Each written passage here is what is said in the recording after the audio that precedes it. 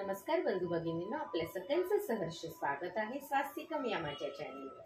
आज मी आपल्यासाठी सचित्र भक्ती विजय कथासार याच्या पिठारातील एक दुसऱ्या संताची कथा घेऊन आलेली आहे। तरी आपण सगळ्यांनी हे श्रवण करावे। आणि आपल्याला खरंच जर माझे व्हिडिओ आवडत असतील तर आपण नक्कीच माझ्या चॅनलला सबस्क्राईब करा, माझ्या व्हिडिओला लाईक करा आणि कमेंटमध्ये विठ्ठल विठ्ठल जय हरी विठ्ठल हे लिहायला विसरू नका। अध्याय 31। रामदासासाठी डाकोरला देवाचे आगमन। रामदास नावाचा एक भक्त ब्राह्मण डाकोर या गावी राहत असे। तो भाविक व ज्ञानी होता। खोरांना भिक्षा मागून तो आपल्या कुटुंबाचे रक्षण करीत असे। तो सर्व काळ नामस्मरण करीत असे। तो दर एकादशीला द्वारकेत जात असे।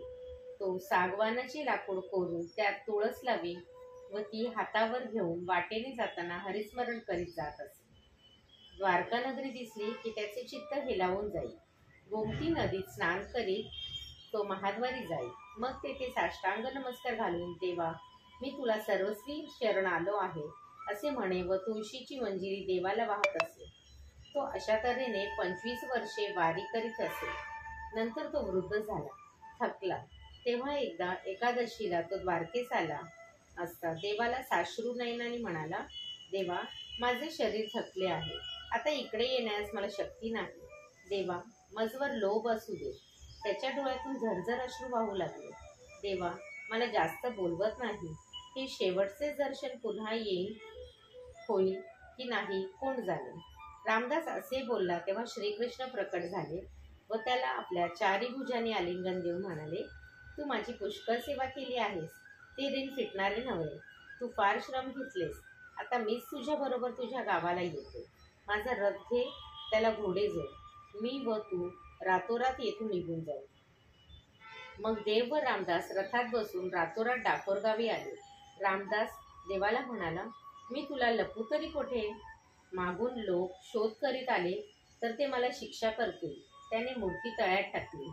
इकडे सकाळी मूर्ती हरवली म्हणून पुजारी शोध करू लागले। नेहमी येणाऱ्या रामदासाचा त्यांना संशय आला। रथाचा मार्ग त्याच्या चाकोऱ्या त्यांना दिसल्या। त्यामागून ते नेमके डाकोराला रामदासाच्या घरी आले व त्याला दम देऊन विचारू लागले, बोल, देवाची मूर्ती कोठे ठेवलीस? तूच चोरून आणलीस।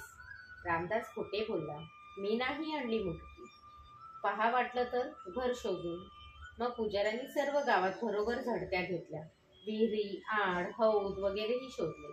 मग ते गावाबाहेर तळ्यात खणून पाहू लागले। तेव्हा त्यात असलेल्या मूर्तीला बरीचशी टोक लागले आणि रक्त निघून ते पाण्यात मिसळले। देव सापडला असे म्हणून पुजाऱ्यांनी ती मूर्ती बाहेर काढली, रथावर चढवली व पुन्हा द्वारकेत चालवली। तेव्हा रामदास दुःख करू लागला। त्यावेळी देव त्याच्या ध्यानात प्रकट होऊन म्हणाले, तू पुजाऱ्यांना माझ्या वारंवार सोने देतो म्हणजे ते तुला मूर्ती देतील। तुझ्या पत्नीच्या नथीत वालभर सोने आहे, तेवढ्याच वजनात माझी सुवर्ण तुला होईल। तू नथ घेऊन ये व पारड्यात टाक, मी तुझ्या जवळच राहणार आहे, काळजी करू नकोस। तेव्हा रामदास पुढे झाला व पुजाऱ्यांना ग्रामस्थांच्या साक्षीने म्हणाला, मी देवाचा वारंवार सोने देतो, तुम्ही ही मूर्ती मला द्या। पुजारी विचार करून त्या गोष्टीत तयार झाले। पण गावातले लोक रामदासाची टवाळी करू लागले। रामदासाने ते काही मनावर घेतले नाही। त्याने गावातून धान्य वजन करण्याचा तराजू आणला, एका उंच खांबाला तो टांगला। एका पारड्यात लोकांनी देवाची मूर्ती घातली। रामदास घरात गेला व पत्नीला सर्व समजावून सांगून तिची नथ मुठीत घेऊन आला।